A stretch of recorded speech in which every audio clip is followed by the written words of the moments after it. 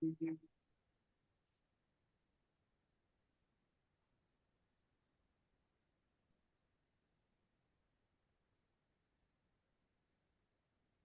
Prabhu, you're not hearing your virgin.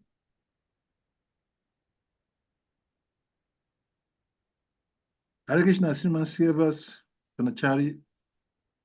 Prabhu, please accept my respectful obeisances. All glories to his confounder church. Prabhupada.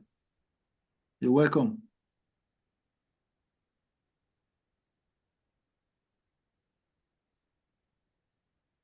Sorry, Prabhu, are you there? Yeah, Hare Krishna. You can start. You can continue from here.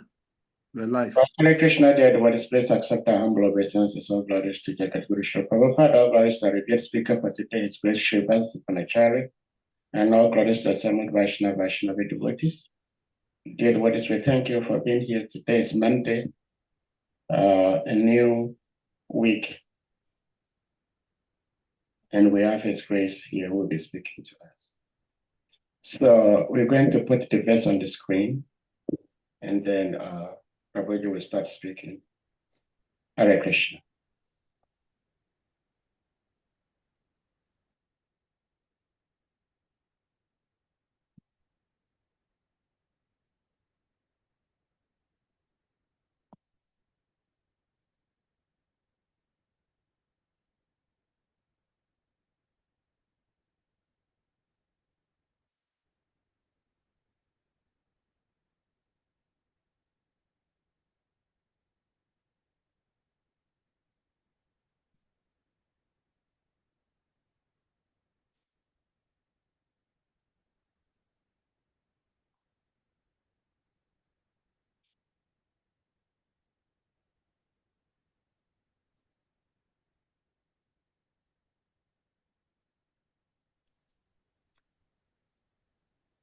Hare Krishna.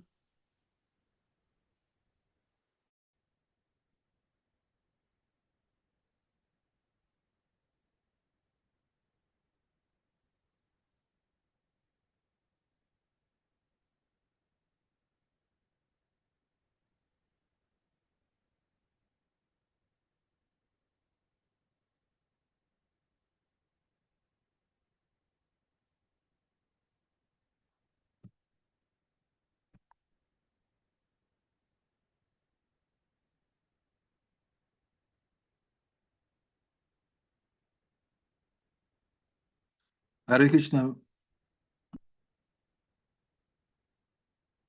I think Sadi Prabhu is having some network challenge. But in the meantime, Srivas VANACARI Prabhu, you're welcome to the class. If you're ready, we can put the verse on the screen, then you can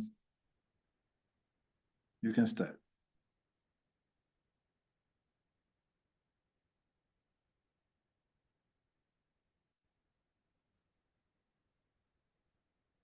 Can you hear me?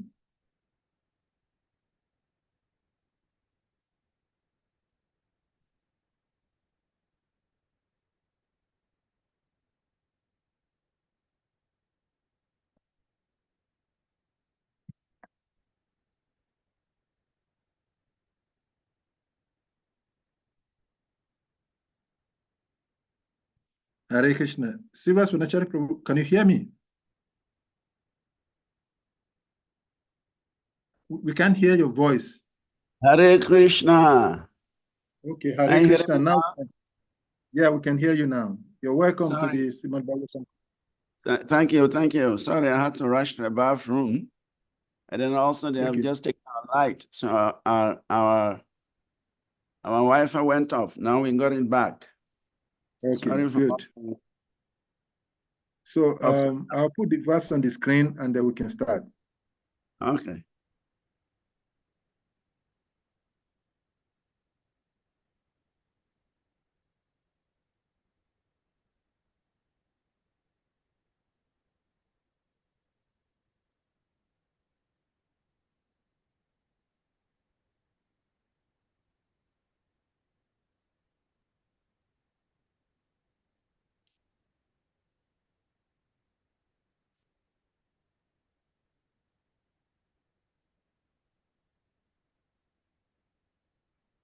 Yeah, we can go ahead. Okay. Narayana Namaskritya Nara Shaiva Narottamam Devim Saraswatim Vyasam Tato Jayamudirayat Nashtapraya Swabhadresu Nityam Bhagavatam Sevaya Bhagavati Uttamasloke Bhakti Bhavati Naistiki Om Namo Bhagavate Vasudevaya Om Namo Bhagavate Vasudevaya Om Namo Bhagavate Vasudevaya. So we are reading from the Srimad Bhagavatam, Canto 3, Chapter 3, verse 27.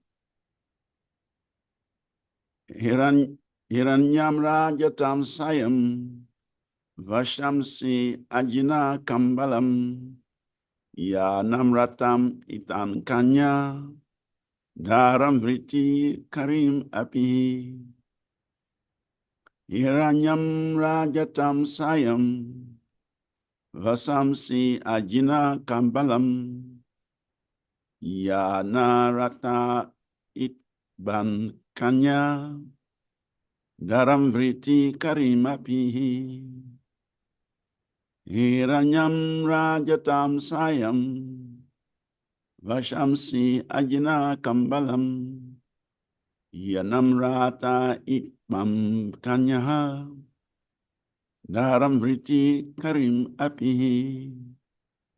So word for word translation. Hiranyam gold, Rajatam gold coins, Shayam bedding,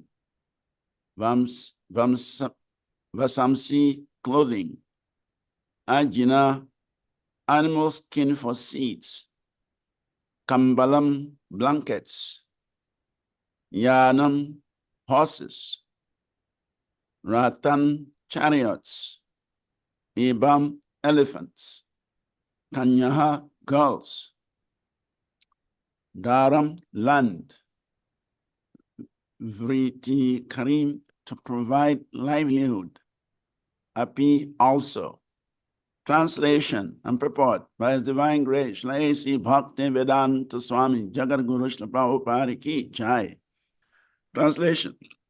The Brahmanas were not only given well-fed cows in charity, but also gold coins, bedding, clothing, animal skin seeds, blankets, horses, elephants, girls, and sufficient land for maintenance. Purport. All these charities were meant for the Brahmanas, whose lives were devoted entirely to the welfare of society, both spiritually and materially.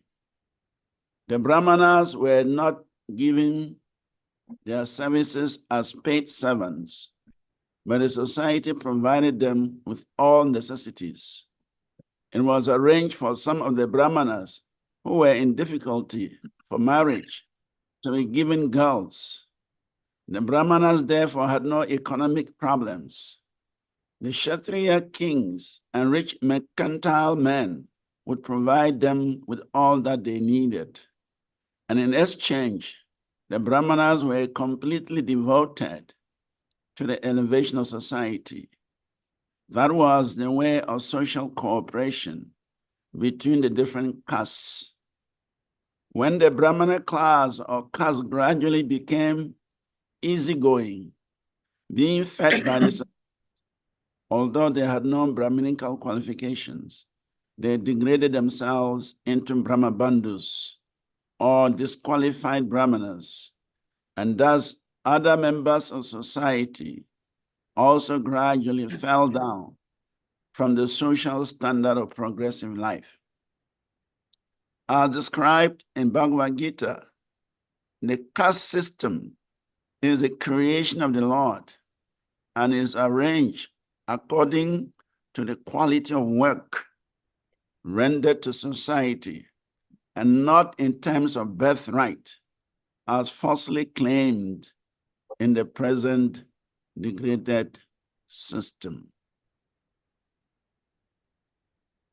Omagana Timeridasya Gyanan Gyanasalakaya Chakshuram Militam Yena Tasmai Sri Gurave Namaha Sri Chaitanya Manobhistam Snapitam Yena Bhutale Swayam Rupa Kadamahyam Dadati Swapadantikam Vandeham Sri Guru Sri Yuktapada Kamalam Sri Gurum Vaishnavamscha Sri Rupam Sagrajatam Sahagana Ragnastam Vitam Tam Sanjivam Sadvetam Savadutam Parijana Sahitam Krishna Chaitanya Devam Sri Radha Krishna Padam Sahagana Lalita Sri Vishakam Vitamscha Nama Om Vishnu Padaya Krishna Prishnaya Bhutale Srimati Bhakti Tirtha Swami Itina Namaste Krishna Padaya Prabhupada Ashri Tatmane Shri Gaura Karuna Shakti Bhakti Tirtani Itinamini Nama Om Vishnu Padaya Krishna Prishnaya Bhutale Srimati Bhakti Vedanta Swami Itinamini Namaste Sarasvati Devi Gauravani Pracharini Nirvese Sashunyavadi Pasachade Satarini Vanchakalpatarvyascha Kripa Sindhubhya Ivacha Patitanam Pavanebhyo Vaishnavibhyo Namo Namaha Namo Mahavadanyaya Krishna Prema Pradayate Krishnaya Krishna Chaitanya Namini Gaura Twize Namaha Nityanando Vatutendo Vasunda Pranavala Bahar Janaviri Jivita Patir Krishna Prema Pradam Prabhu Padmavati Sutta Srimam Sachirananda Purvajaha Bhavom Matan Jagat Rakta Rakta Gora Kilevaraha Advaitam Harinadvaitaracharyam Bhakti Shamshanat Bhaktavataram Itam Sham Advaita Acharya Shraye Panchatattamakam Krishnam Bhakta Rupa Sarupakam Bhaktavataram Bhaktakyam Namami Bhakti Shaktikam Namo Brahmanya Devaya Go Brahmana Hitaya Cha Jagharitaya Krishnaya Govindaya Namo Namaha Hey Krishna Karuna Sindhu Dinabandho Jagatpate Gopesha Gopita Kanta Radha Kanta Namostute Jayatam Surato Pango Mama Madhirgati Masarvaswa Padambu Jorada Mandana Mohano Divya Rindaranya Kalpadrumada Srimad Radhagara Simhastanastau Srila Govinda Devo Prishyali Bisevya Manosmarami Srimara Sarasarambi Vamsivata Tatastita Karusan Venuswanai Gopi Gopinata Sriyestunaha Tapta Kanchana Gaurangi Radhe Brindavanishwari Brishabhanusute Devi Pranamami Hari Priye Devi Krishnamai Proktaradi Kaparadevata Sarvam Lakshmi Mai Sarvam Kanti Samohini Paraha Jaya Sri Krishna Chaitanya Prabhu Nityananda Sri Advaita Gadadhar Srivasadi Gaura Bhakta Vrinda Hare Krishna Krishna Krishna Hare Hare Hare Rama Rama Rama Hare Hare. So translation again. The Brahmanas were not only given well-fed cows in charity, but also gold coins, beddings, clothing, animal skin seats, blankets, horses, elephants, girls, and sufficient land for maintenance.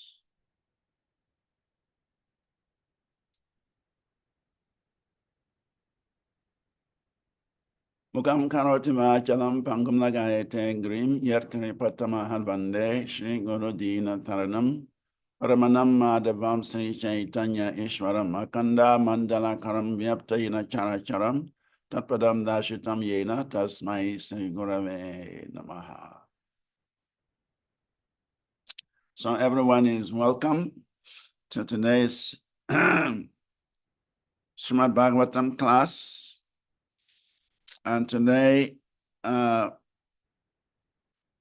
hearing from the third canto, third chapter, verse 27, which says the Brahmanas were not only given well-fed cows in charity, but also gold coins, bedding, clothing, animal skin seeds, blankets, horses, elephants, girls, and sufficient land for maintenance. So before we proceed to say something about this verse, we first seek the blessings of all the assembled Vaishnavas and Vaishnavis on the platform, so that by their mercy, we can say something relevant to our spiritual progress and probably for the benefit of the audience. So, it is interesting that the Brahmanas are given such volumes of charity.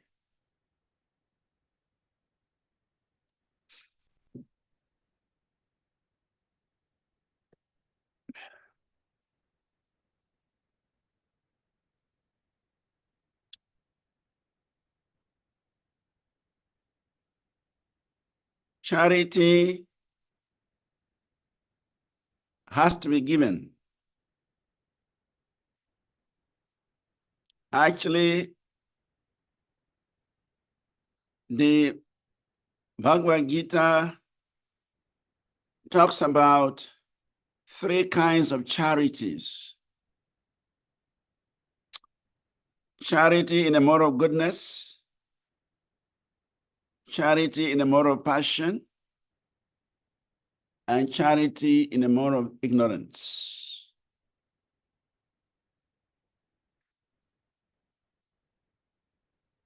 Charity given to an unqualified person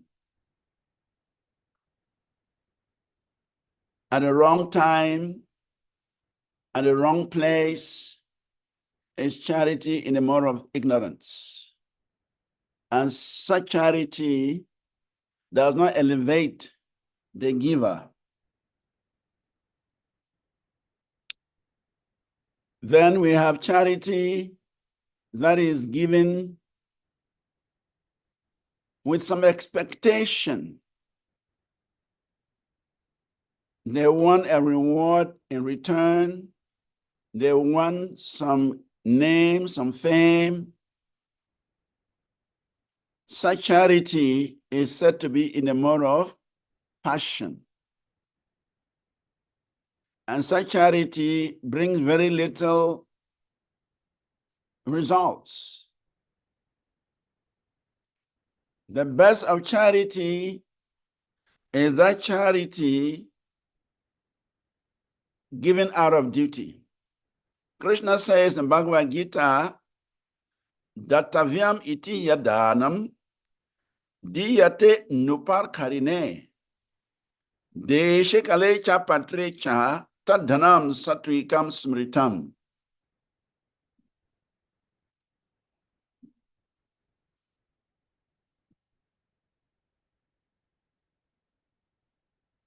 So, charity given out of duty without expectation of return at the proper time and place and to a worthy person is considered to be in the mode of goodness. Dese kale cha patre cha taddanam satvicam smritam. Deshe kale at the right time. Patre cha at the right place. And then Satvicam smritam, to the right person, the person in the mode of goodness. Such charity is charity that brings the maximum results.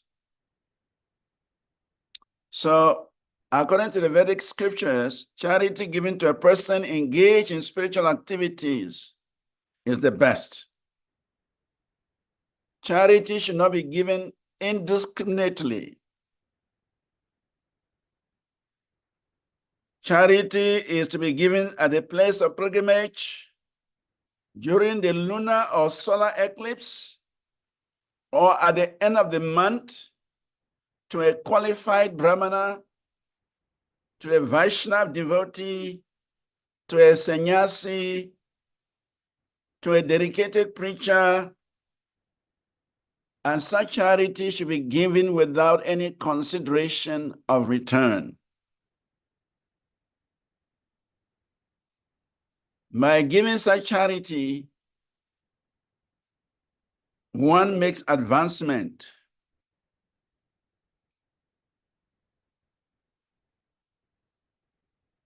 By such charity. In fact, it is mentioned that by giving charity to the right person, one's auspiciousness increases.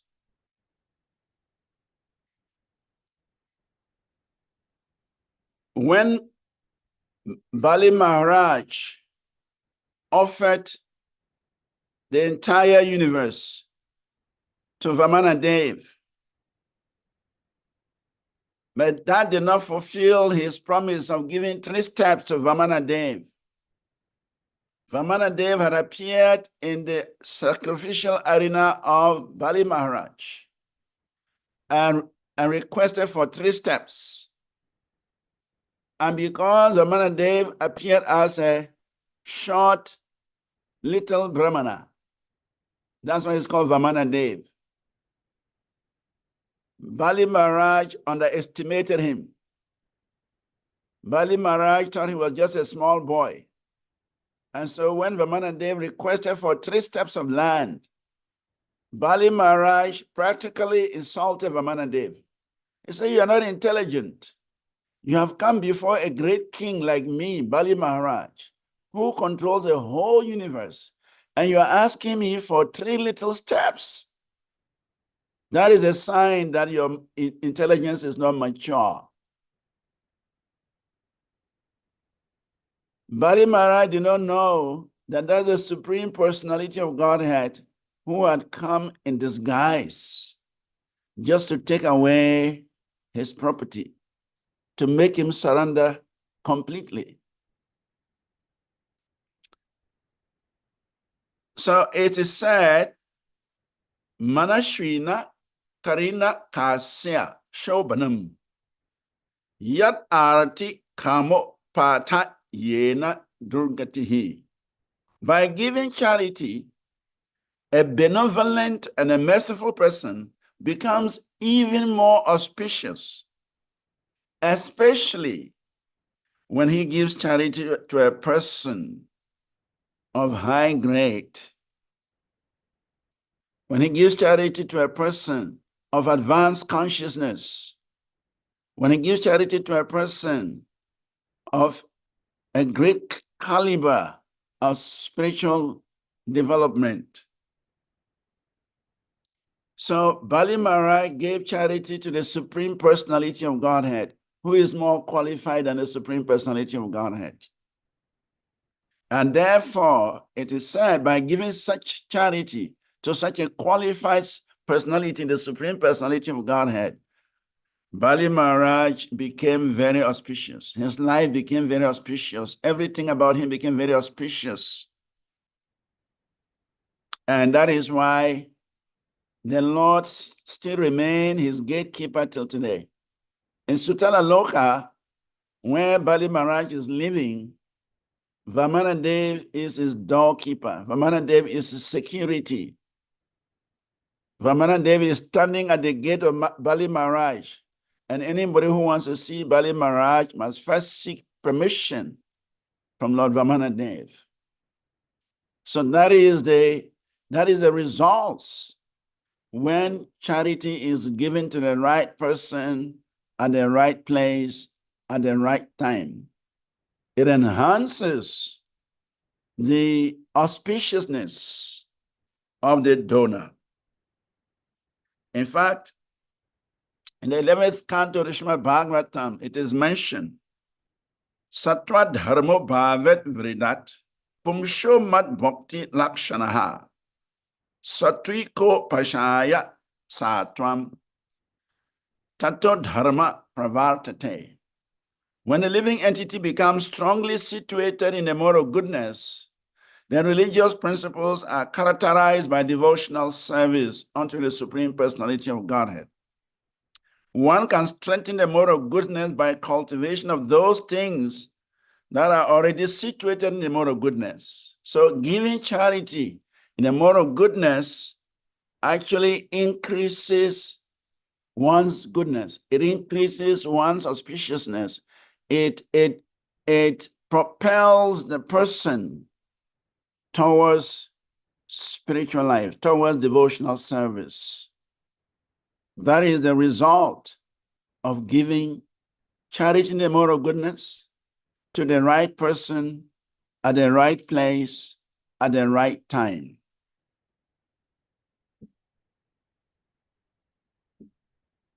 Srila Madhvacharya, one of our great acharyas, we know Madhvacharya, our line is coming from Madhvacharya, Madhva Gaudiya Vaishnava Sampradaya. He says that increase in the mode of goodness strengthens religious principles and invigorates the execution of religious principles. In that way, one can achieve higher and higher mode of spiritual joy, spiritual bliss, spiritual happiness. So by giving charity in a mode of goodness, one increases one's goodness, one increases one's auspiciousness, one grows in spiritual strength, one grows in devotional service, one advances in Krishna consciousness. And the example is Bali Maharaj. Bali Maharaj, just by giving 3 steps of land to Vamana Dev, he earned the Lord's mercy. So much so that the Lord agreed to be his gatekeeper. So that is the benefit of giving charity to the right person. Charity in the mode of goodness to the right person. And then the Brahmanas who are receiving such charities, they are said to be volunteers. They are not paid servants. They are not paid servants.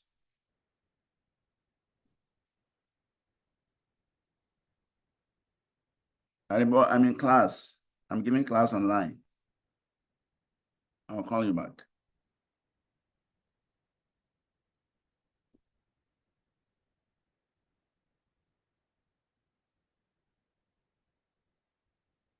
So the Brahmanas who receive such gifts, they are not paid servants. They are not on the payroll. No. They simply engage in educating the members of the other Varnas. They engage in providing spiritual knowledge to the other Varnas or castes.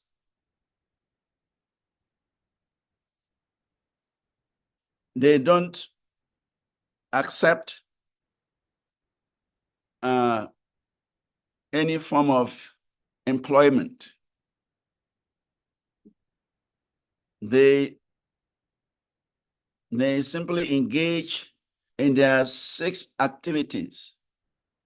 It says the Brahmana has 6 main activities, 6 occupational duties: to receive charity, to distribute charity, to study the scriptures and to teach the scriptures, to perform sacrifice for himself and perform sacrifice for others. These are the 6 occupational duties allotted to Brahmanas.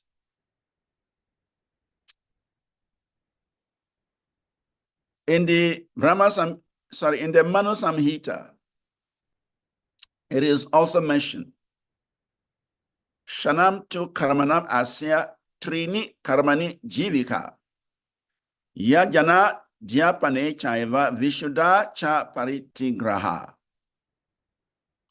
Of the 6 occupational duties of the Brahmana, 3 of them are compulsory, namely worship of the deity, that is, study of the Vedas, and giving of charity. The deity, the Brahmana worships the deity, he gives charity, and he studies the Vedas. And then in exchange, the Brahmana receives charity for his livelihood.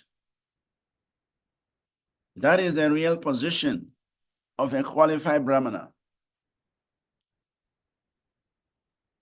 He is dedicated to giving education, spiritual education to people in general, because a Brahmana is said to be the head of the Varnas. So as the head of the Varnas, he must provide spiritual education. And by providing such spiritual education, then the other Varnas will contribute for his livelihood, for his maintenance.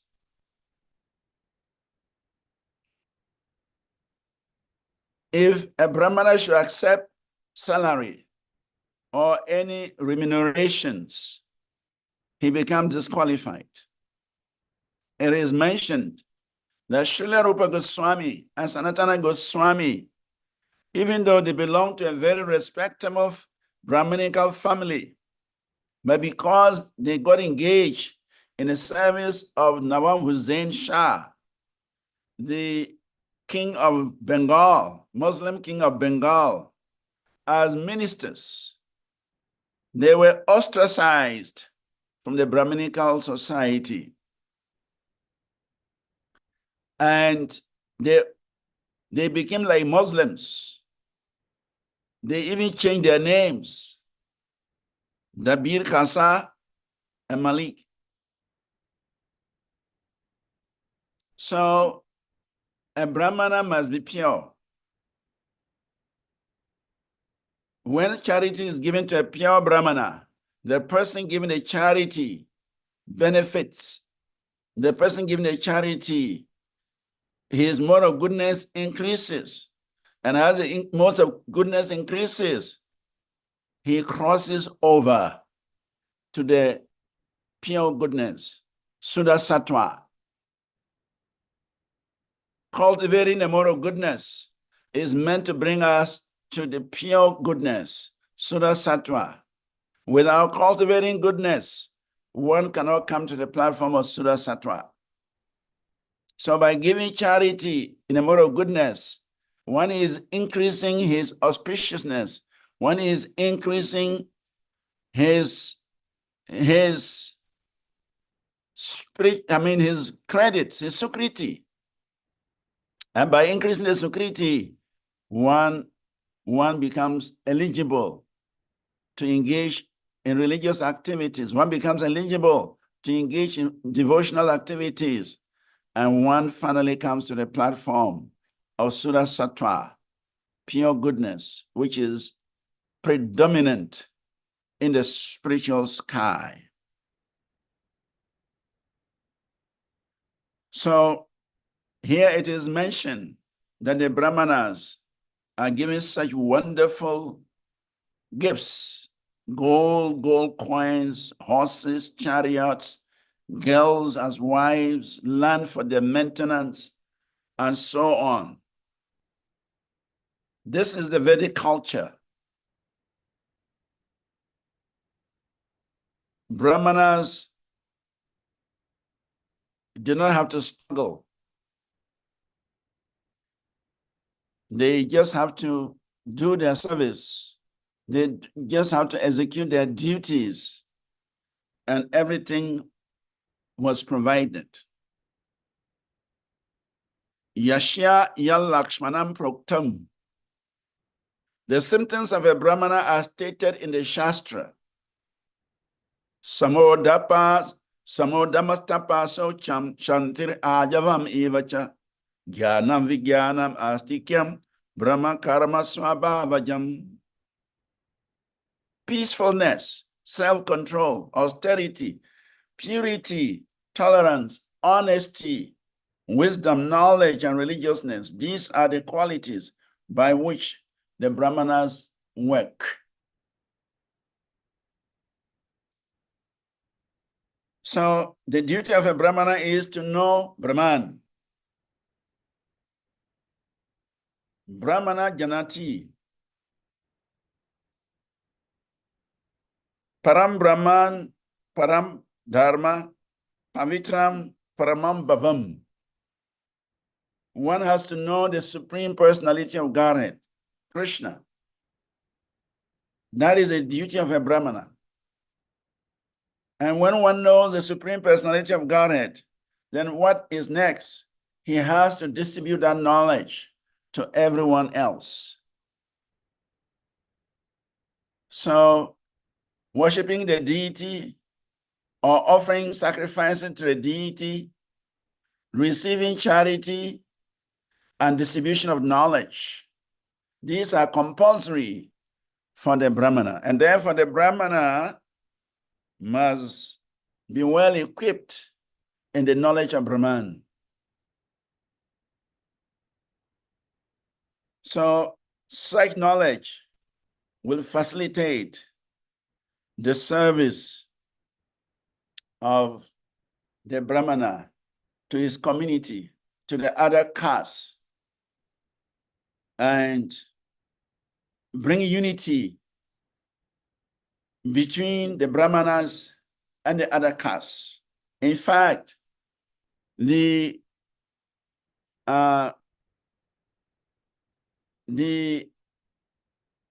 caste system is initiated by the Supreme Personality of Godhead.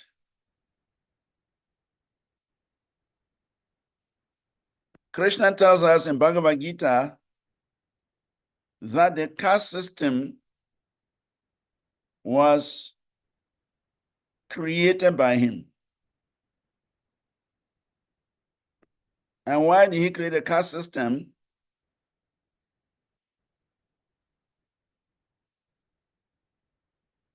So that there will be cooperation between the various castes.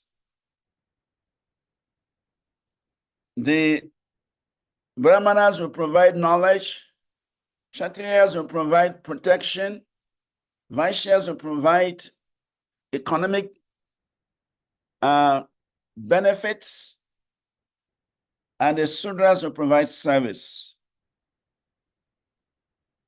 So the caste system created by the Supreme Personality of Godhead is actually meant to bring cooperation between the various castes, and by such cooperation,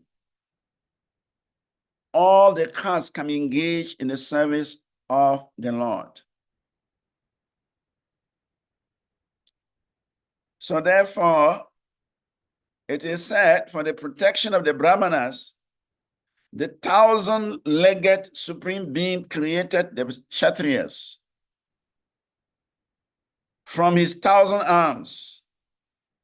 Hence, the Brahmanas are said to be his heart, and the Kshatriyas his arms.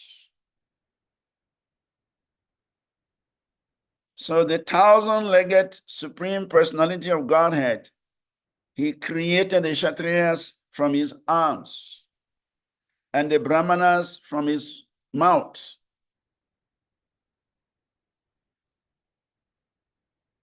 And of course, the Vaishyas from his groins and the Sudras from his legs. And by cooperation, by working together, the various Varnas, by working together, we can please the Supreme Personality of Godhead in the most wonderful way. Kshatriyas are meant to maintain the Brahmanas because the Brahmanas must be protected. And by protecting the Brahmanas, civilization is protected. In fact, Krishna himself takes great interest in protecting the Brahmanas. The Lord is described as Namo Brahmanya Devaya Go Brahmana Hitaya Cha.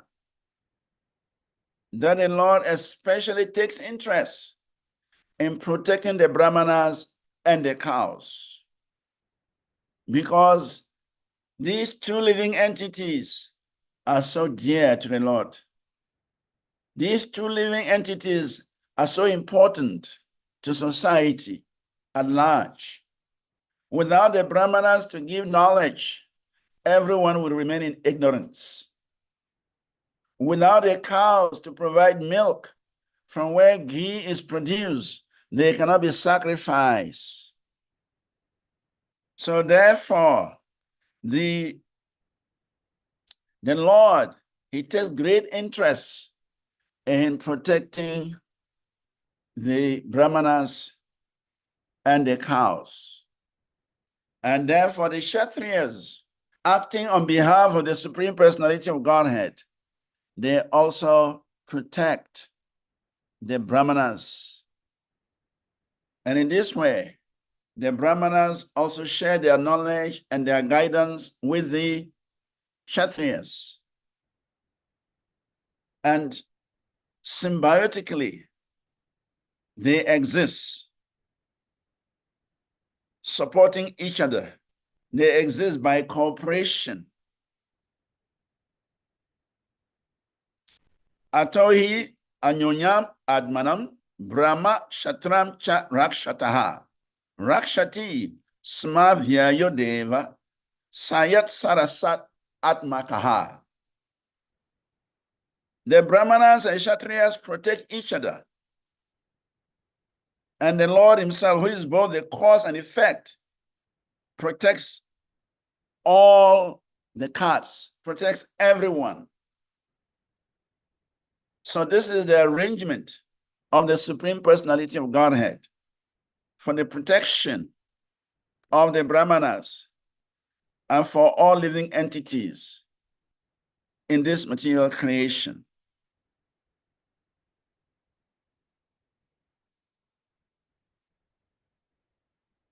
So the caste system has been degraded.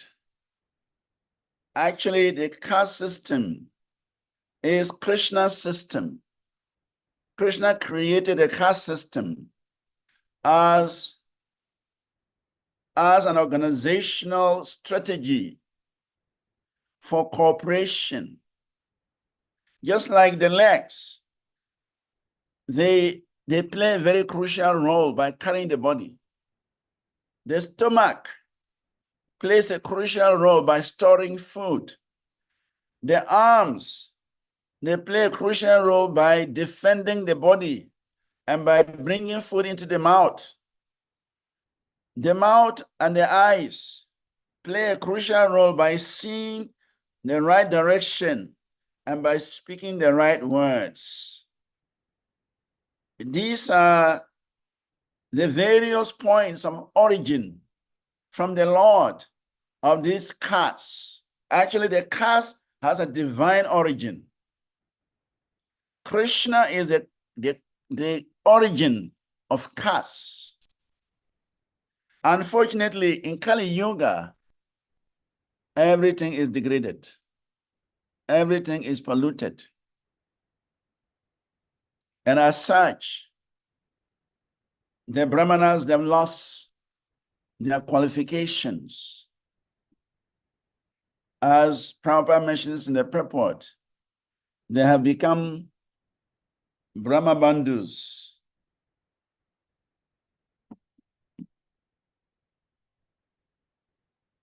And so that has affected the whole society. It says, as the Brahmanas became degraded, then the rest of the other castes, other varnas, they also follow suit. Because the Brahmanas are the heads, they are the guide, they are the symbols of knowledge, symbols of enlightenment. So when they became degraded, then what happens? The rest of the castes also became degraded. So therefore, Srila Prabhupada, his desire was to establish the Varnashrama Dharma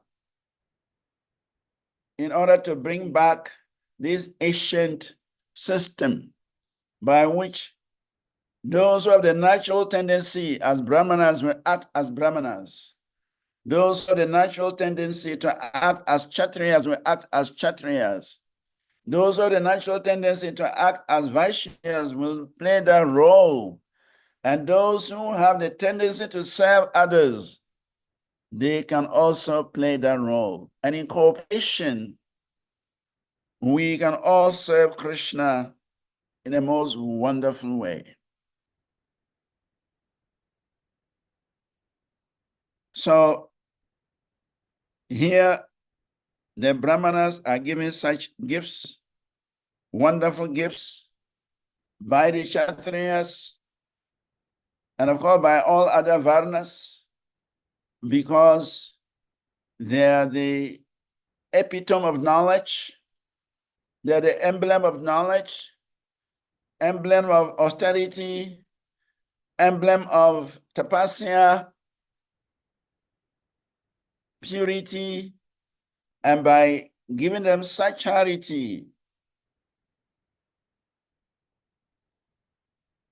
the giver of such charity, his own auspiciousness increases, his own goodness increases. And with the increasing of goodness, one is drifting towards devotional service. One becomes eligible to engage in devotional service. So that is the purpose of creating the caste system. Sue karmanani abirata samsidim labate naraha. Swa karmana nirata shidim yata vidanti tachrinu. By following the quality of work, every man can become perfect. By worshiping the Lord, who is the source of all beings, and who is pervading, man can attain perfection through his own occupational duty.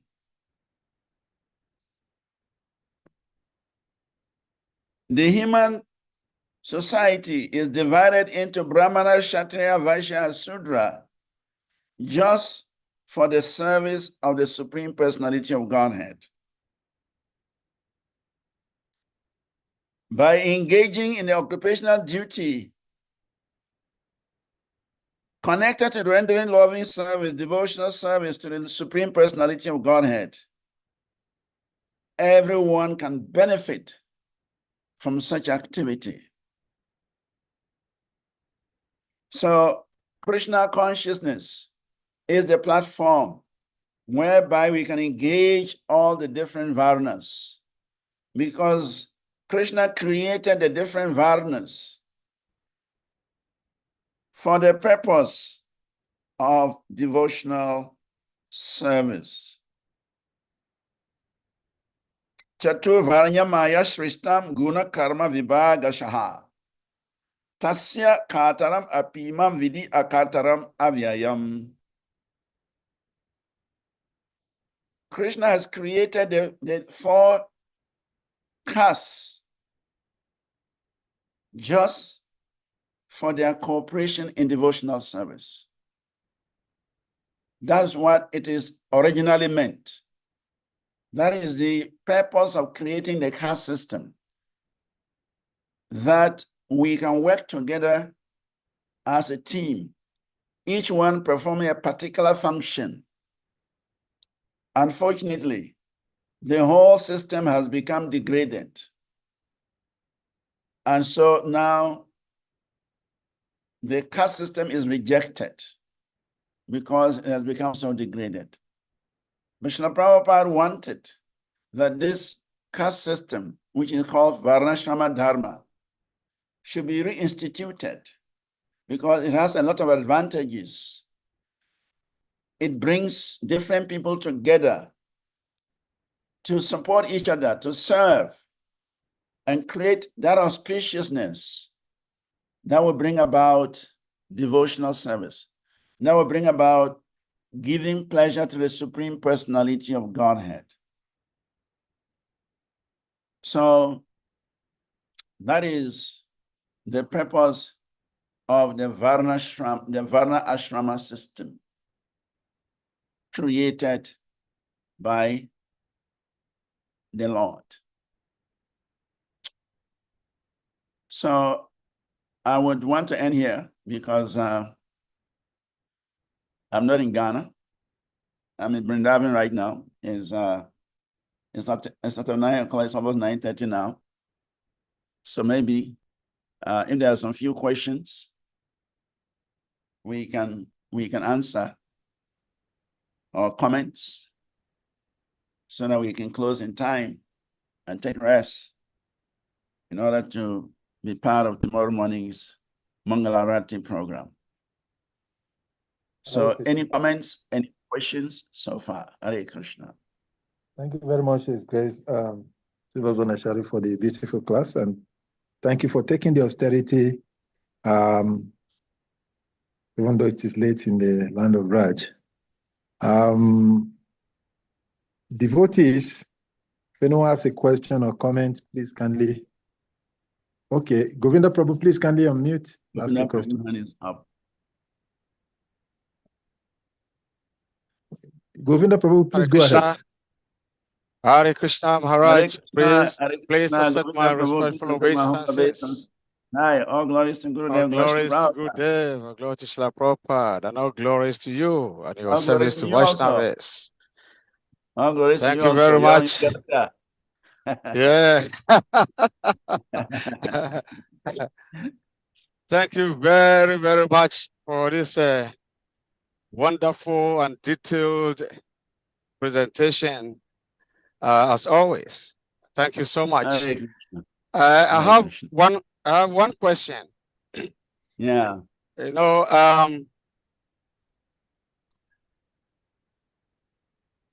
one may ask that why should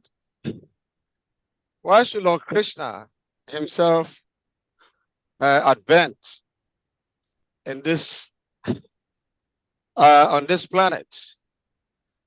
And there are so many reasons are given, but the ultimate reason is that Krishna came to exhibit the activities in the spiritual world in order to reawaken and to remember the fallen living entities here on this planet to be attracted back home, back to Godhead.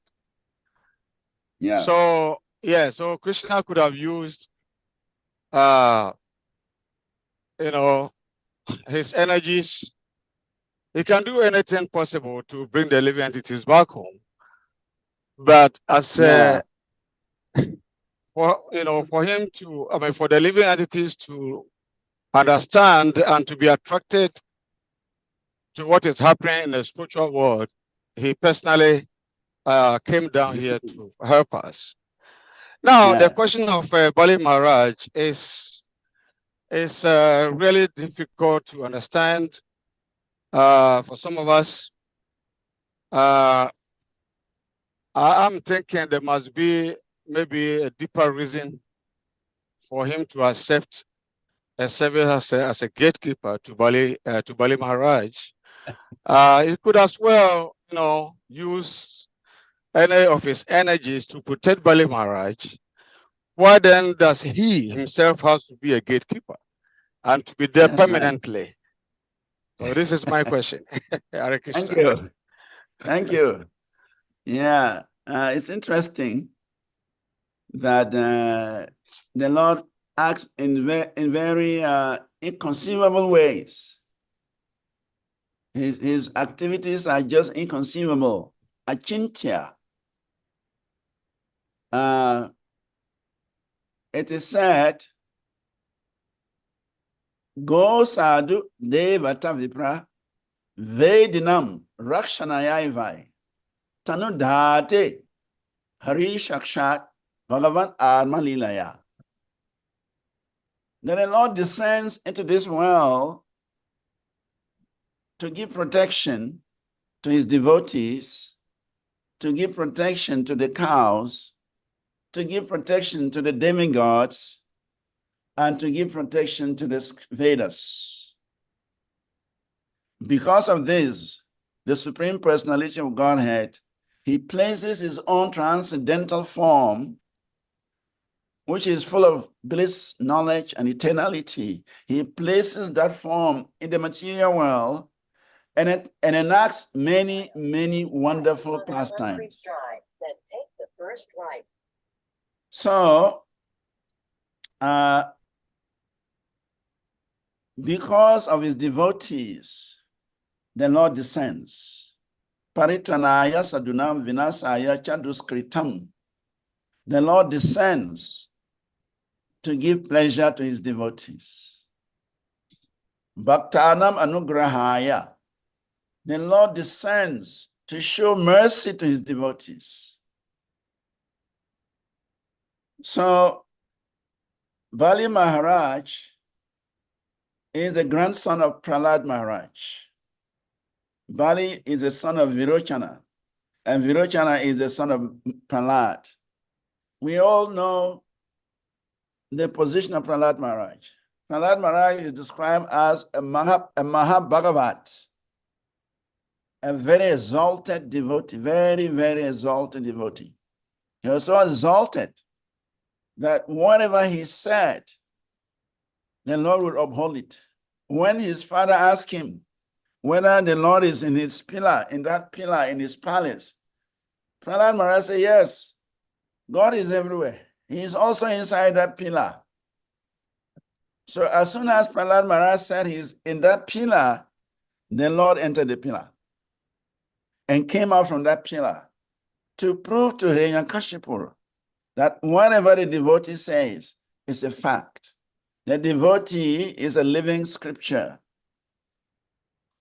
So, Prahlad Maharaj is such a dear devotee to the Lord. And even though they come from the demonic background, demonic family, But because of Prahlad Maharaj's devotional service, the Lord is obliged. Krishna is conquered by devotional service. Krishna is conquered by love. Bhaktyamam abhijanate yavan yaschasmi tatwataha. Krishna says he can only be known by devotional service. Prema jana churita bhakti vilochanena. Shanta Shadaiva Hirdayasu Vilokayantiyam Shamashundra Achindya Gunaswarupam Govinda Madipurusham Tamaham Bhajami. Any devotee who has developed love for Krishna, Krishna becomes available.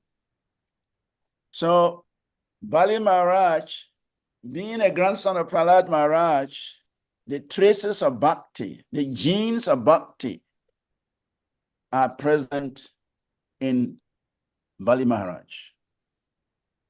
And the Supreme Lord, he became attracted to Bali Maharaj because of the full surrender. Atma Nivedanam. Bali Maharaj, he surrendered everything. And what is even more astonishing is that Sukracharya is the spiritual master of the demons. When Vamanadev stepped into the arena of Bali Maharaj, Sukracharya used his mystic eye to see Vamanadev and told Bali Maharaj, this small boy you are seeing, that's Vishnu. He has disguised himself. He has come here to take away everything from you. Don't mind him.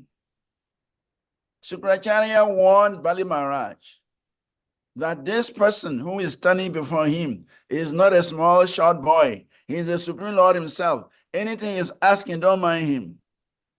But Bali Maharaj just acted in the opposite manner. He said, well, if this is the Supreme Personality of Godhead, and he has come into my sacrificial arena to beg for charity from me, I have no other option but to give him whatever he wants. Even if I become poverty-stricken, I will love it. If the Supreme Personality of Godhead can come to me to beg, that is a great honor. So whatever he wants, I will give. And if that means I'm going to go to hell, if that means I'm going to be poor for the rest of my life, I will love it.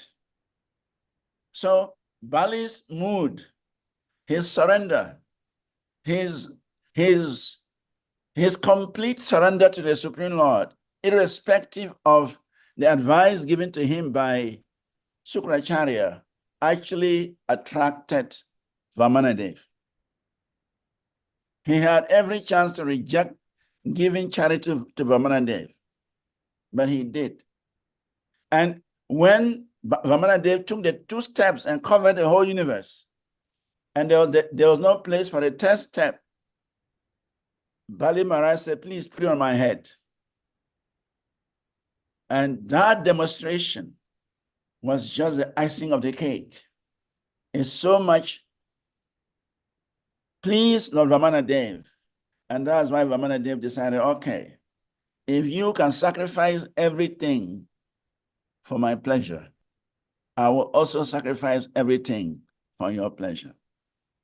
That is the transcendental competition that goes on between the devotees and the Supreme Personality of Godhead. The devotee wants to serve the Supreme Lord in such a wonderful way, and the Lord wants to reciprocate with the devotee. So Vamanadev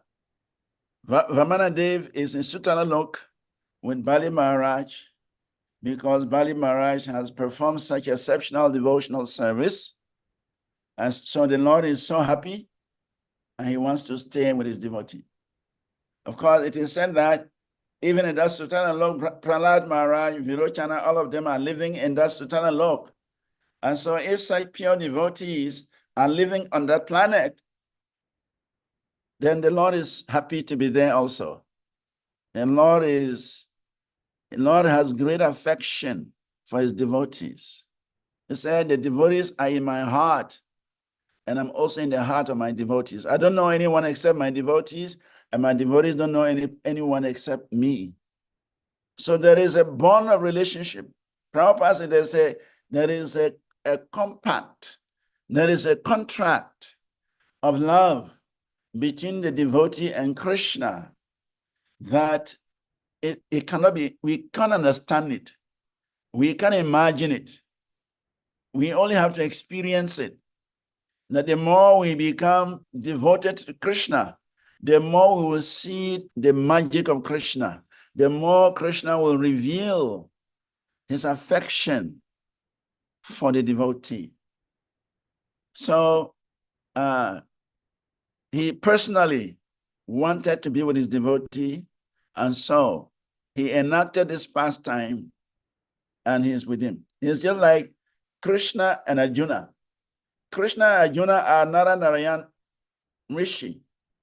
They have incarnated as Narayan Rishi, and they travel together. They're always in each other's association. Even in the Himalayas right now, Narayan Rishi, they are there in Badarika Shrama.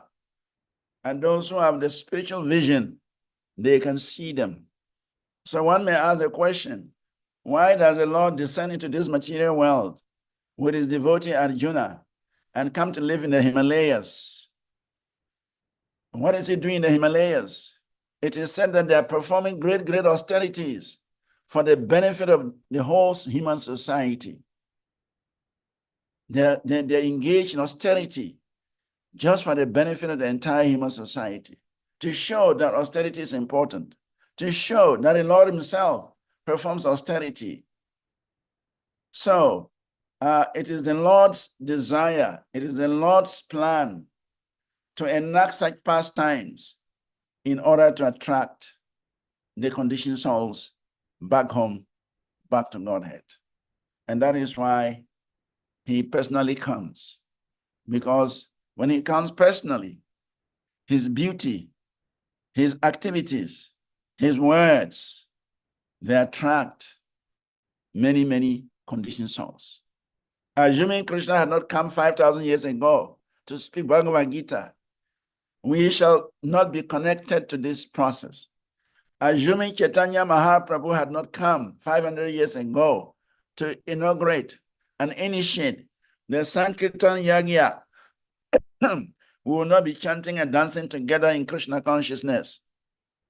So when the Lord descends, he descends to give protection to the cows, to the devotees, to the devatas, to the brahmanas, to the Vedas. And in this way, the Lord makes it possible for others to also gain his association. Thank you very much. Does this answer your question, Prabhu? Yeah, Govinda Prabhu. Yes, Maharaj. Yeah, the question is answered. Thank you very much. But I would like to again, I'd like you to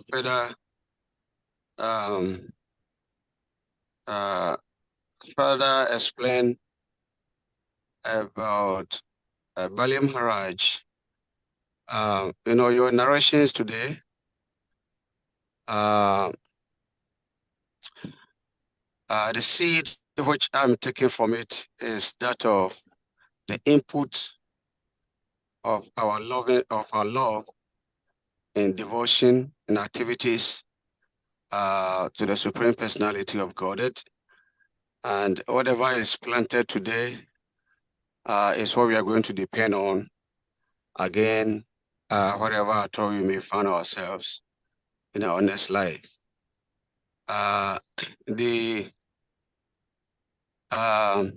cowherd boys in Vrindavan, somebody today may ask, what did they do? Actually, the question was asked like that. What did they do for them to have this marvelous mercy of the Supreme Personality of Godhead, that they could deal with the Supreme Personality of God himself? So if you look superficially, then one may think, oh, maybe they have attained that mercy in that particular lifetime when the Lord appears. But in actuality, they have earned the mercy. They have invested so much, and that investment has given them the results of them being with the Supreme Personality of Godhead. And so, likewise, I would like to further explain about Bali Maharaj. We've been hearing devotional service for many, many years, but our heart, some of us are still hardened, even though we know the right thing, but it's hard to do. The soul is willing, but the body and mind is weak. There must be a reason why the covering is still not uncovered. Why, even though we've seen the light, but we are refusing to go to the light. We would like to be in the dark, even though we know this is the light. The reason might be that our previous life activities are still hunting us. And as a result of that, we are where we are. So Bali might have taken birth in a demonic family, but I would like to know a little bit about his previous life. Did he perform any spiritual activity to please the Supreme Lord, and that enables him to take birth as Bali appeared and then have Sukracharya as his spiritual master, and that the Lord have to be his servant in that capacity. So what did he do in his previous life? Some that has warranted him to that position of being one of the Mahajans. Yes, I don't have any idea what he did, but I can say that because he's coming from such a exalted family, actually to take birth in such an exalted line of devotional personalities like Prahlad Maharaj indicates that in his previous existence, he actually did something very special.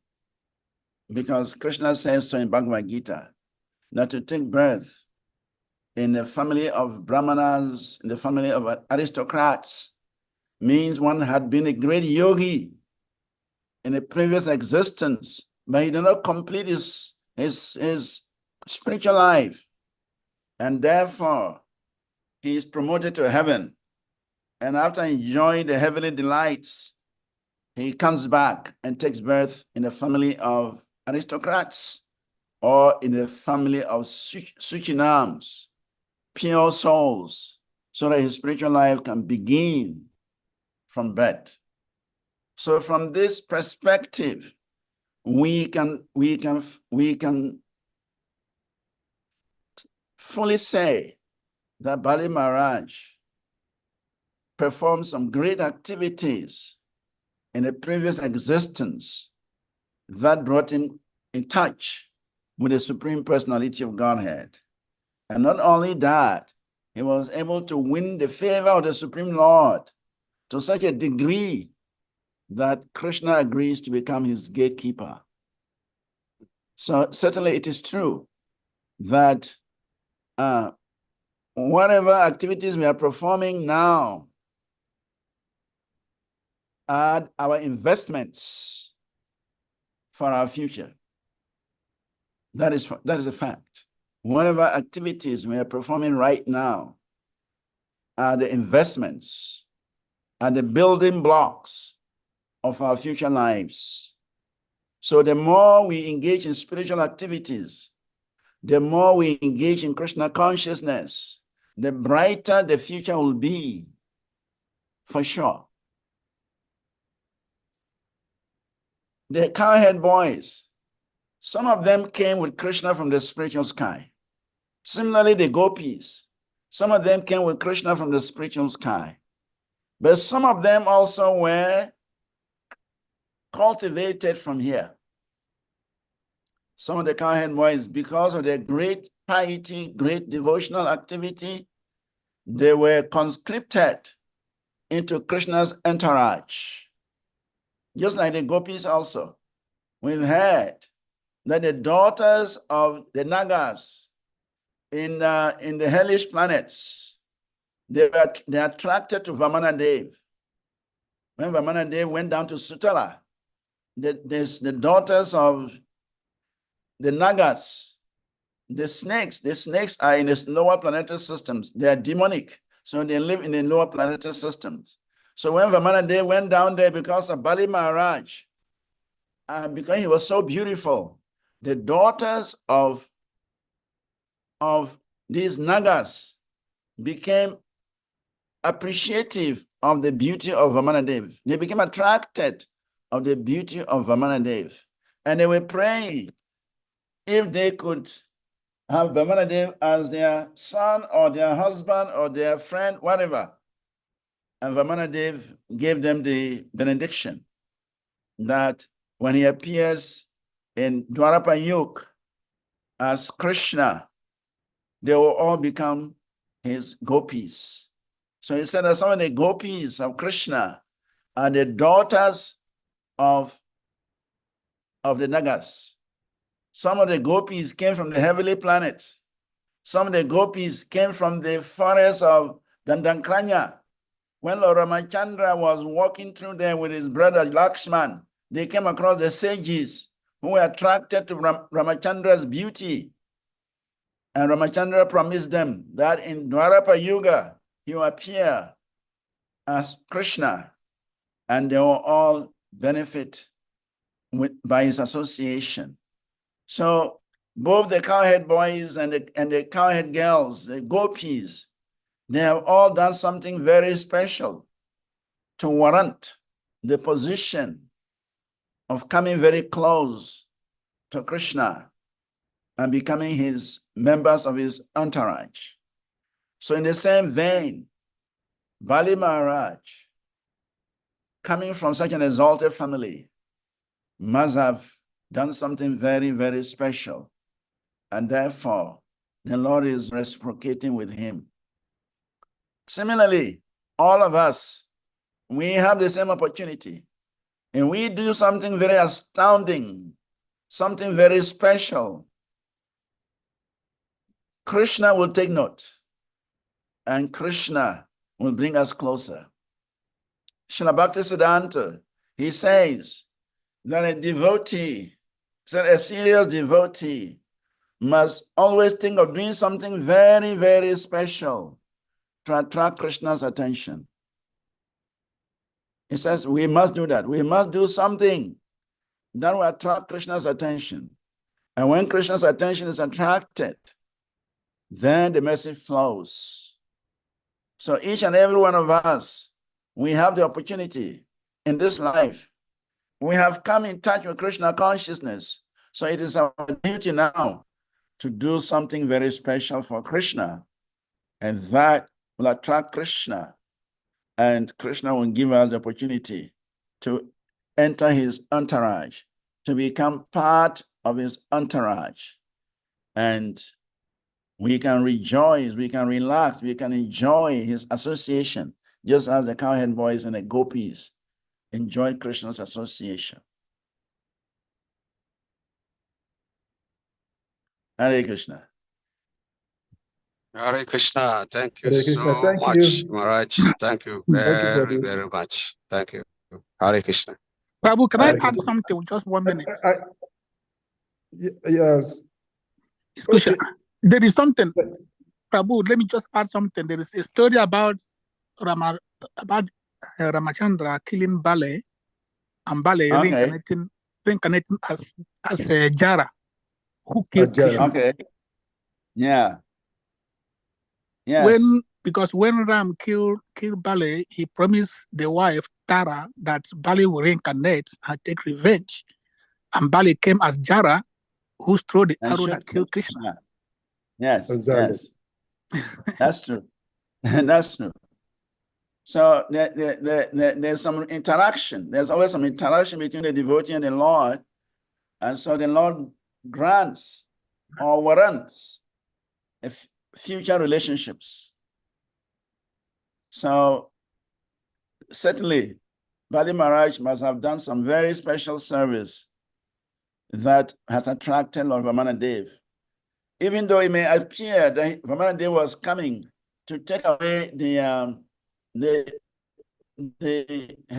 actually the ground is that Bali had conquered the demigods and driven them out of heaven, and he was occupying everywhere else in the universe. He was the king of the universe, actually. The demigods, they had no place. So because of that, Aditi prayed to the Lord to come to deliver her children. You know, Aditi is the mother of the demigods, and Diti is the mother of the demons. They are all wives of Kasyapa Muni. Kasyapa Muni has 17 wives, and each wife begot different type of children. We have Kadru for snakes, we have Vinata for birds, we have Diti for demons, Aditi for demigods. What a wonderful family. All kinds of living entities in one family with one father.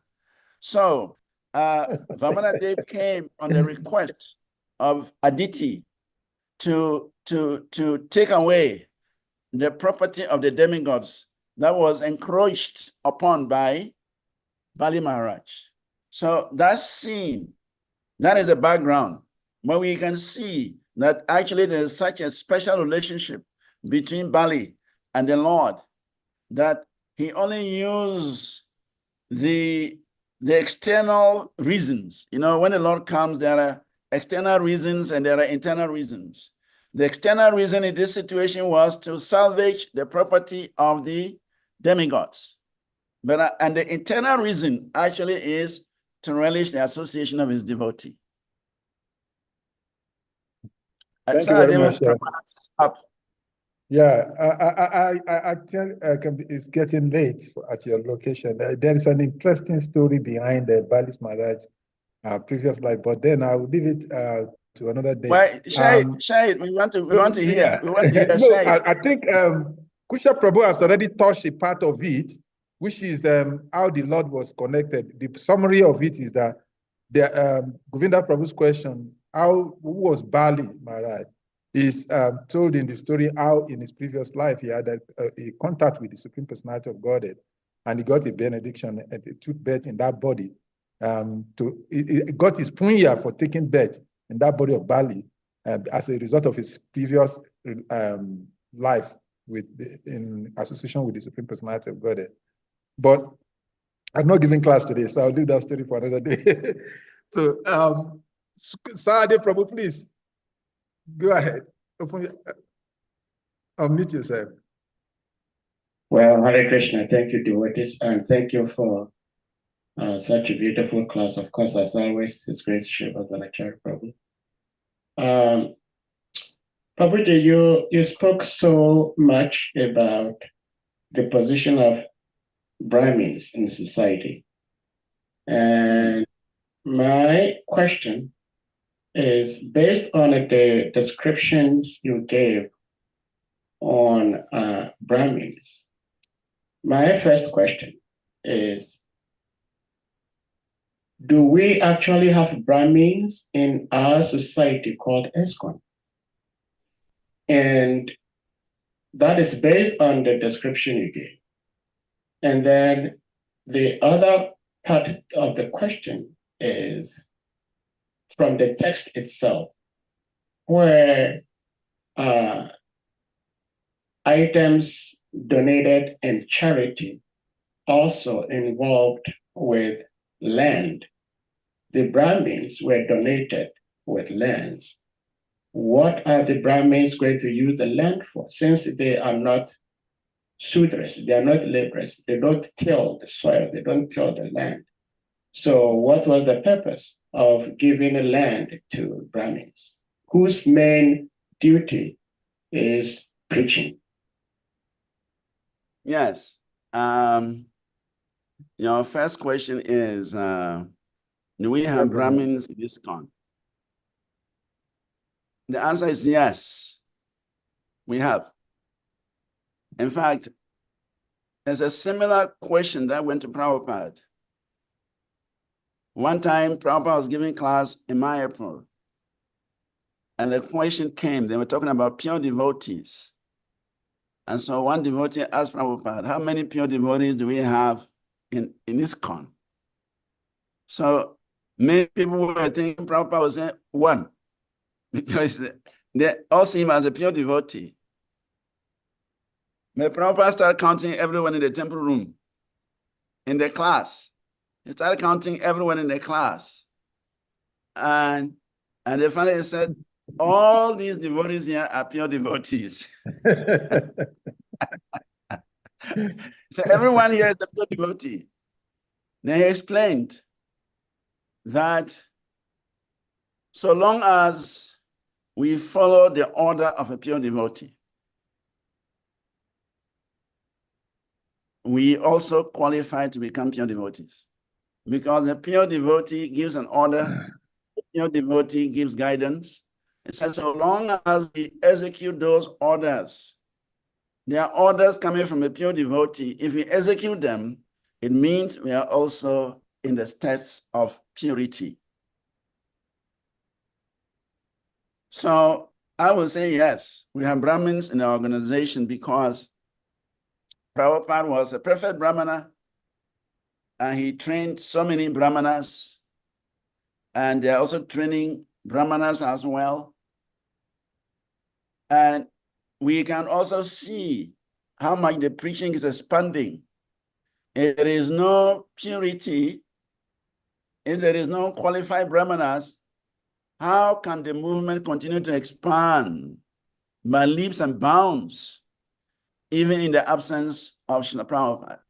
I mean, physical absence. So it means that Prabhupada has empowered these devotees and continue to empower different generations of devotees to continue to expand the movement. And as we know, in Chaitanya Charitamrita, it says, Krishna Vina Shakti. Unless one is empowered by the Shakti of Krishna, one cannot do preaching, one cannot expand the preaching, one cannot establish the preaching activities. So therefore, Lord Chaitanya, Lord Nityananda, they have empowered a lot of devotees. And to be empowered also means you must have some qualification. You must have some eligibility. It's not everyone that is empowered. Those who are eligible, they are empowered.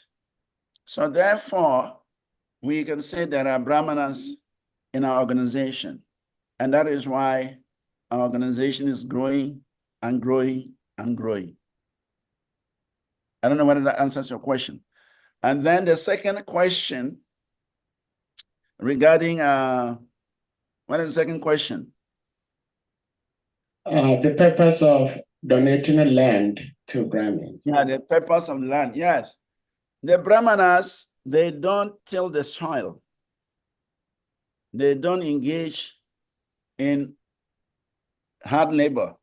But what they do is that they lease the land out to people to use. And then by leasing the land out to people to use, they earn some income for their maintenance. During Lord Chaitanya's time, we have people called Zamidas. They have lands, they are landowners. They don't farm on the land, they don't do anything on the land, they just keep the land. People come and rent them, pay some money, and engage in some commercial activity. So by giving land to the Brahmanas themselves do not need to till the soil, but they can lease them to people, and from the lease of these lands, they get some income for their preaching work, for their maintenance. So that's why lands were given to Brahmanas, cows, chariots, and so many other things were given to Brahmanas, and they could get some income from those things in order to maintain themselves. Well, thank you, Prabhupada. But I think both answers to my questions still have further clarifications in the sense that I believe pure devotees are beyond Varna and Ashram. Yes. A Sudra can be a pure devotee, a Vaishya can be a pure devotee, a Grihastha can be a pure devotee. So my question about the Brahminical class, based on the description you gave on the Brahmins, and I asked if we have one in ISKCON, is because per the description you gave for Brahmins, they do not give out anything in return for money. But when you were answering the question about the land, it seems that is not the case, because if the Brahmin is leasing the land out and he is going to get something in return for that, that seems to me like business transaction, which per the description of Brahmins is contraindicated in the sense that Brahmins do not engage in any activity that brings them money as a result. It is whatever money the Brahmins are receiving, or whatever gifts or whatever, is as a result of the donor's own decision that I want to do this to help this particular individual. But if a land is leased to somebody, then you are obliged to give something back to that individual. So that seems to me as business. The only person, and probably any other person in devotional service I could think of as Brahmin was somebody like Ayendra Prabhu, who didn't have to do anything. All he had to do was just do bhajans, and people would go to him and offer him some help. But if someone is a devotee in ISKCON, which our first prime duty is to distribute Srila Prabhupada's books. You distributed this book. The book you are distributing was printed for $1, and you distributed for $1, 1 cent. That seems to me as business. So that is why I asked if we have Brahmins in ISKCON, and does Brahmin, Vaishya, Kshatriya, whatever, determine who is a pure devotee? If the purpose is to become a pure devotee, then what are we doing? Well, I think that the point you're making is that because the devotees are giving out books and collecting donations as a form of business, and the land given to the Brahmins, what do they do with the land? They either build some temple, and even if they build a temple, people are going to come and give donations. And then if they give the land out for rent, people will give some contributions. It is not a business per se, but by virtue of the fact that the property is theirs, they have to make use of it. Otherwise, why are they giving them land? What are they going to do with the land? They are not supposed to till the land. They are not supposed to engage in hard labor. So what do they do with the land?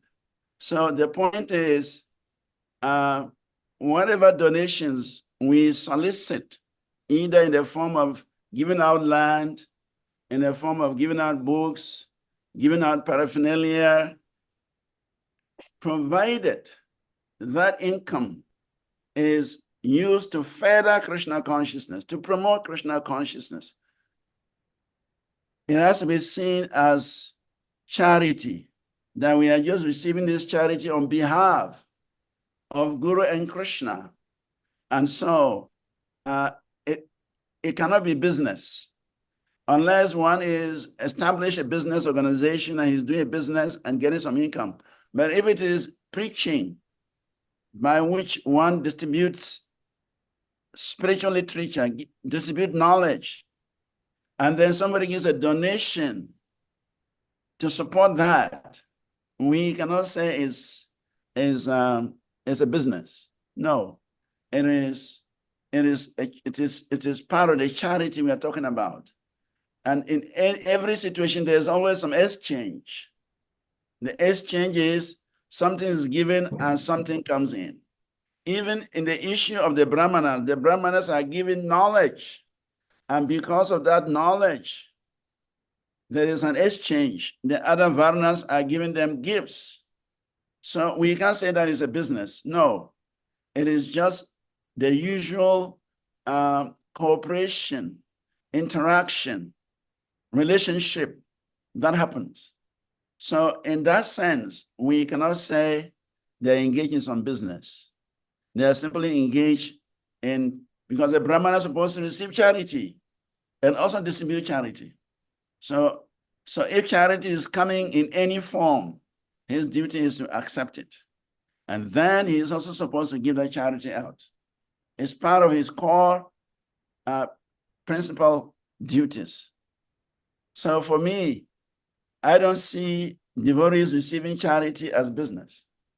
It is their responsibility. It is their responsibility. They have to do that. Otherwise, who will receive the charity on behalf of Krishna is the devotees. So there, and of course, the issue of pure devotee is superior to a Brahmin. In fact, it is said that a Brahmana has to become qualified to become a Vaishnava.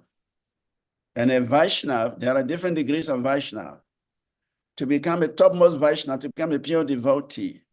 So a Brahmana is not equal to a Vaishnava. So therefore, even the description of a Brahmana is within the description of a Vaishnava. Once you become a Vaishnava, you supersede the position of a Brahmana. Absolutely. Yeah, and therefore, in our ISKCON, we are actually training people to become Vaishnavas.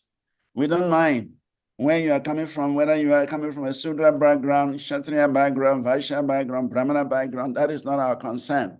Our concern is for everyone to become a Vaishnava.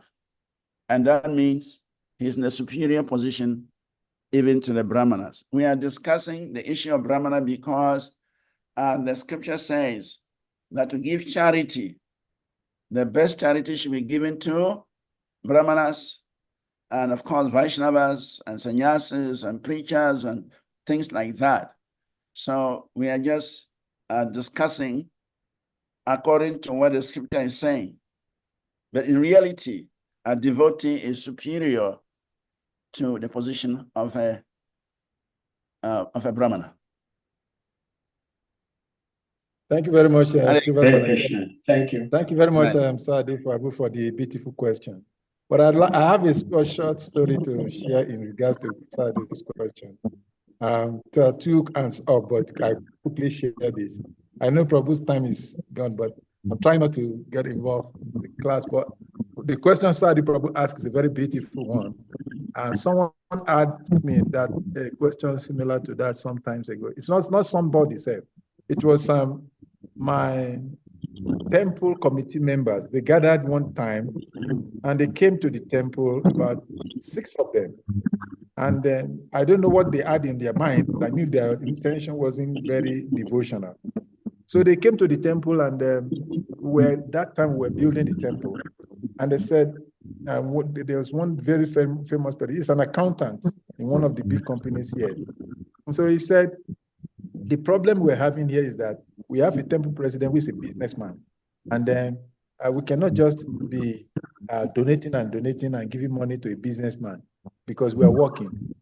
So when he asked me that question, so I was just remembering that answering Professor this question. So so they were all expecting me to say I'm not a businessman.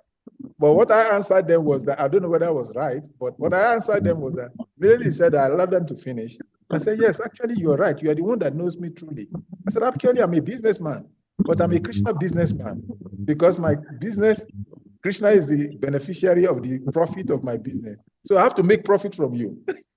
So they were defeated. They couldn't go further in their, I knew they had some other agenda of trying to find kind of break me down in whatever they had in mind at that time.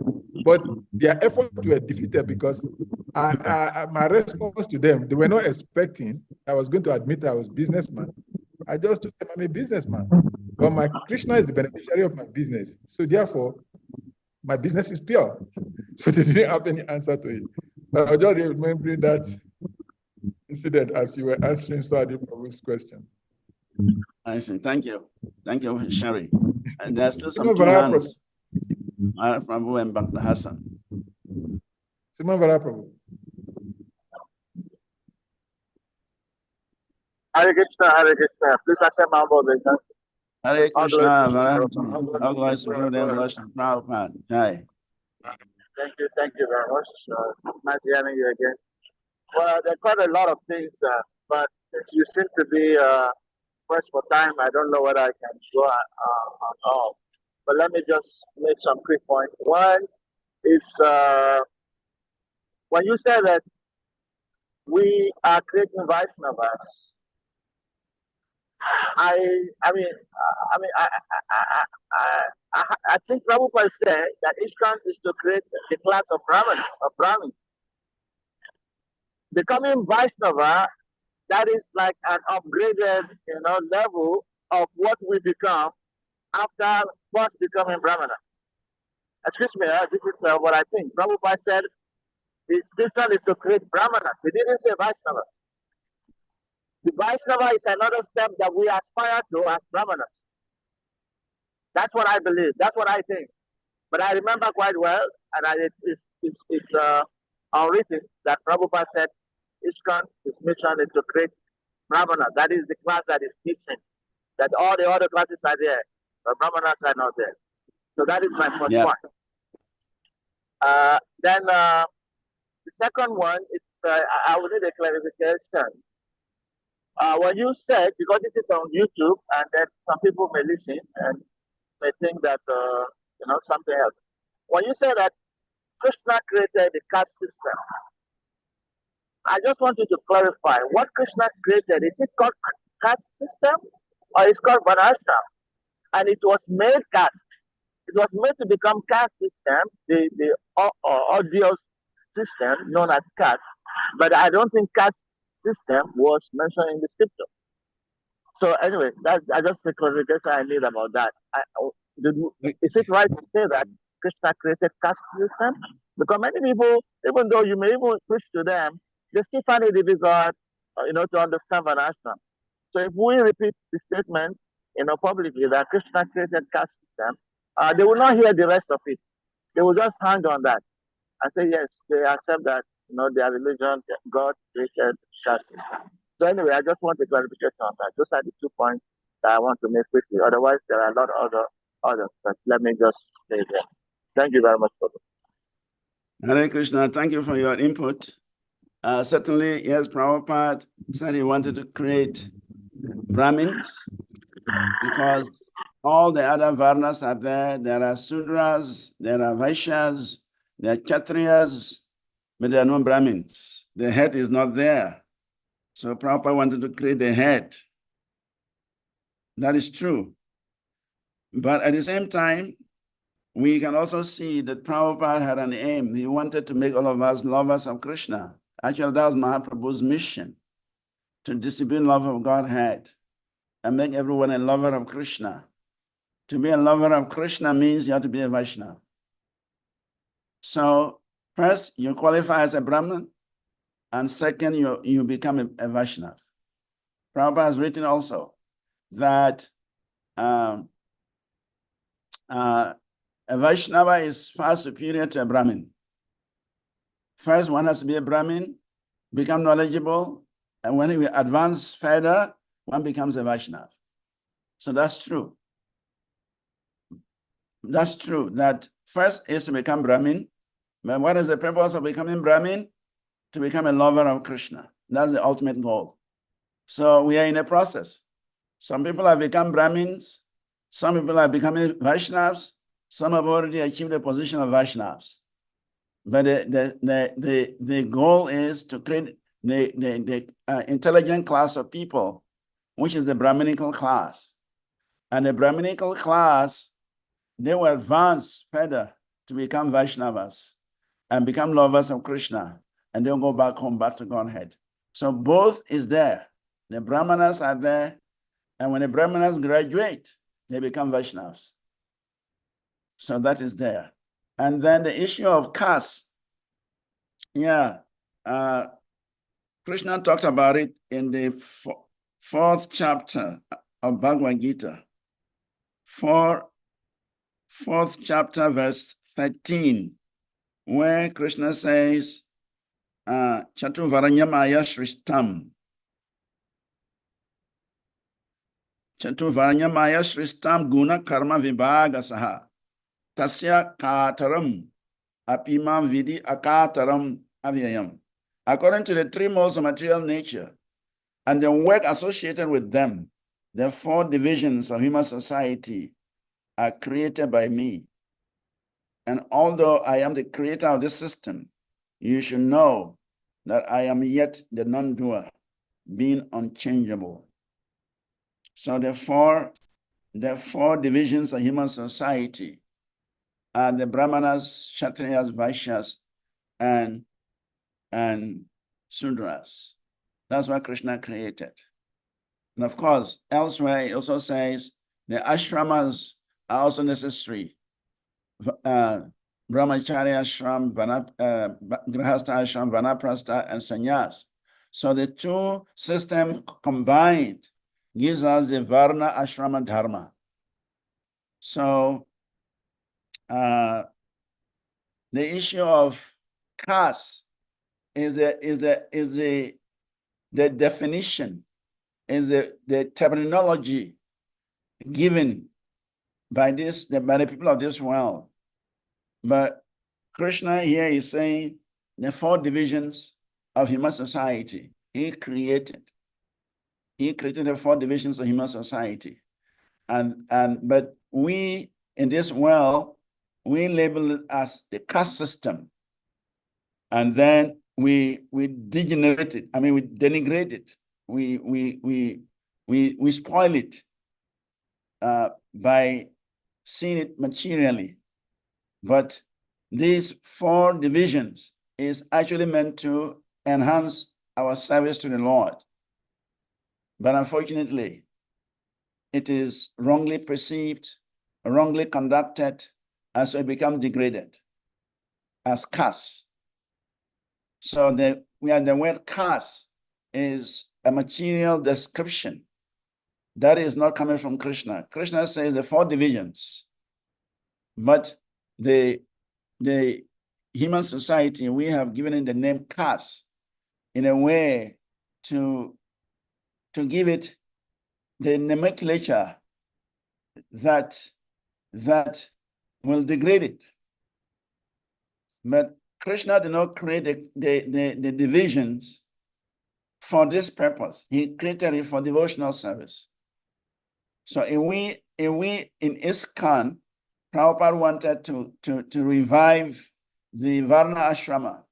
That's the real word, the Varna Ashrama.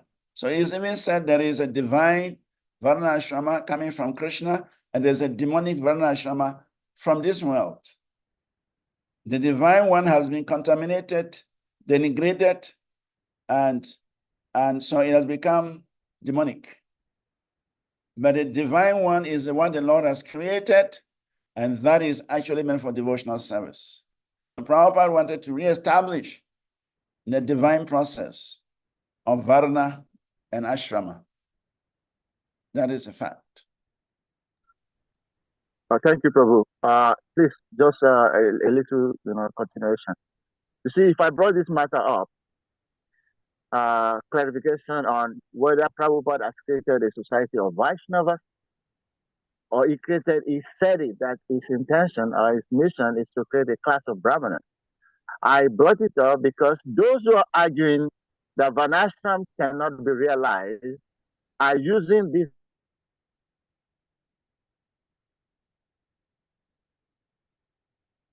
Vaishnava point to say that we cannot. But Prabhupada knew what he was doing when he said, "My mission is to create the first class Brahmanas." It wasn't aiming at creating Vaishnavas. Brahmanas would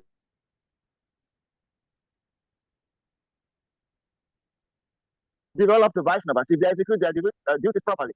To make it look like, the Vanashram can never be realized. So that's one of the arguments. That's why I brought this up. just to make it clear that Prabhupada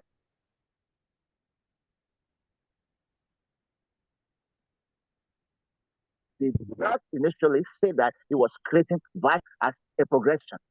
So he wanted, if he said he wanted Vanashram, that the second part of his mission had not been completed, it was because he intended to create a Brahminical society that can continue gradually now develop into, Vaishnava society. That's exactly what I wanted to draw out. That's why I asked the question. Thank you very much. Hare Krishna. Hare Krishna. Hare Krishna.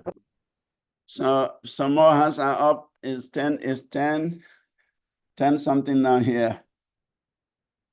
Almost getting to 11 o'clock.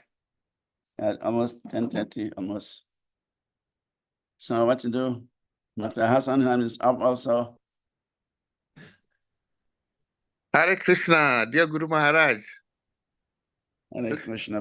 Please kindly accept my respectful obeisances. All glory to Guru Dev, all glory to the Prabhupada, and all glories to you. Thank you for the wonderful class, Guru Maharaj. All wonderful devotees on the platform. And Maharaj, please, I have this question I want to ask. And my question is, I was to perform yagya.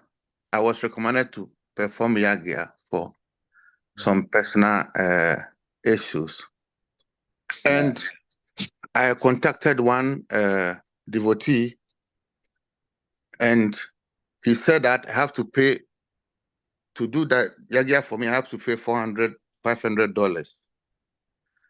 And I was not having that kind of money at that moment. So I spoke to one, my friend, and he said he knows someone who he can introduce to me, and I can talk to that person too. And I spoke with the Prabhu, and this Prabhu is a direct disciple of Srila Prabhupada. And I asked him, I want to do yagya, how much do I have to pay? And he said, no, you don't have to pay me. I don't have to charge you, because you have to do it out of donation. So I was even confused how much donation I have to give him. So I discussed with the person who introduced me to him, and he gave me some advice. So the yagya was performed, and according to him, he made me understand that to perform yagya and charge the person is wrong in Vedic society, or in ISKCON. That is wrong. So Maharaj, my question is, to pay for, somebody has to tell you to do yagya, and to pay donation to do yagya, is this have the same effect? And is it, I was really confused. So, and at the same time, is it okay to charge somebody to do yagya for him? Maharaj, please help me to... Hare Krishna. Hare Krishna. See, the issue is that actually the best way forward is to do the yagya and collect donations. That's the best. That is the standard Vedic system. We don't charge. You do it, and the fellow gives a donation according to his means. That's the standard. But in the part of our world, we have some experience. For instance, if you go on Sankirtan, and then you don't give a prize for a book, and you just say, okay, give a donation. Somebody will give you one naira for the whole Bhagavatam or Bhagavad Gita.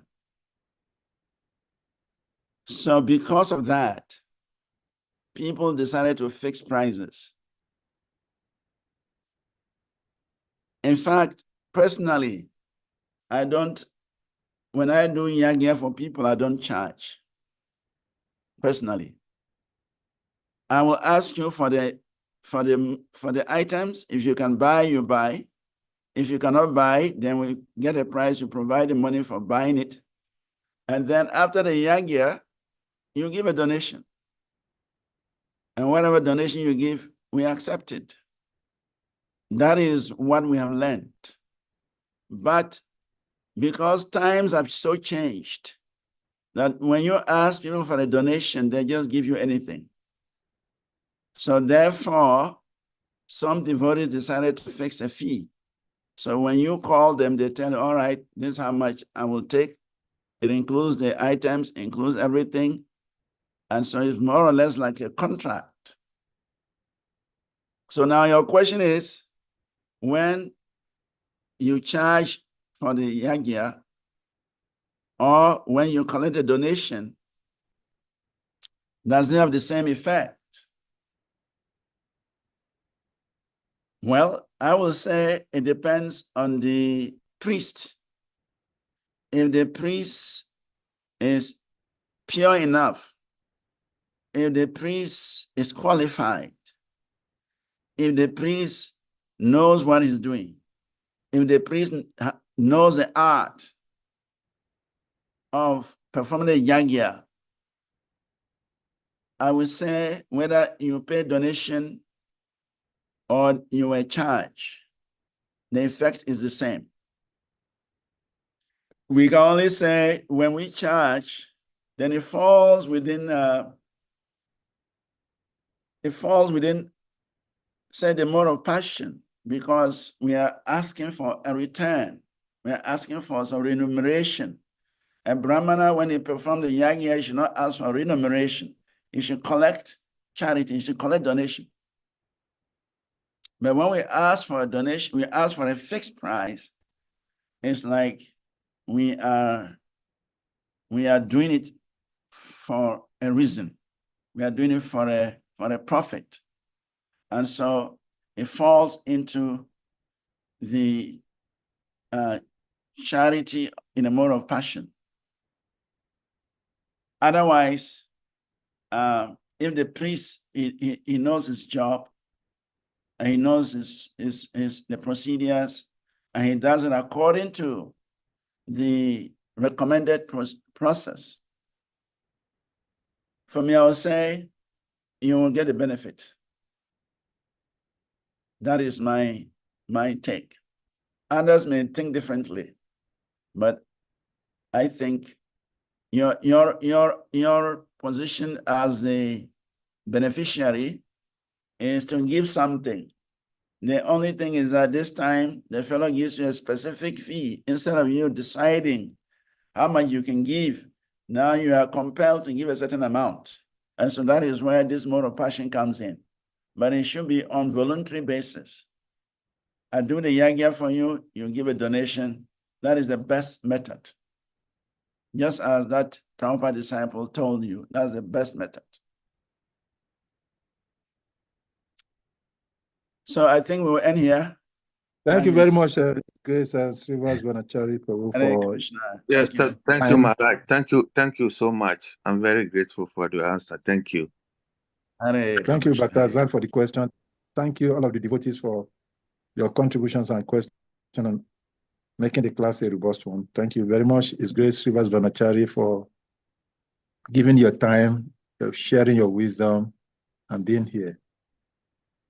So on this note, I'll request all of the devotees to please all kindly unmute themselves. Let us loudly chant a loud Hare Krishna to appreciate our speaker today, His Grace SRIVAS VANACARI for the wonderful class. Hare Krishna, Hare Krishna, Hare Krishna, Krishna Krishna, Hare Hare, Hare Ram, Hare Ram, Ram Rama, Hare Hare.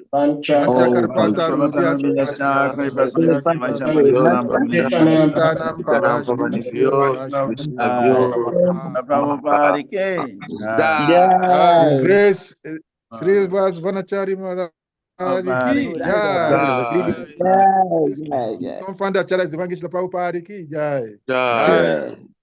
All glories to assemble devotees. Hare Krishna.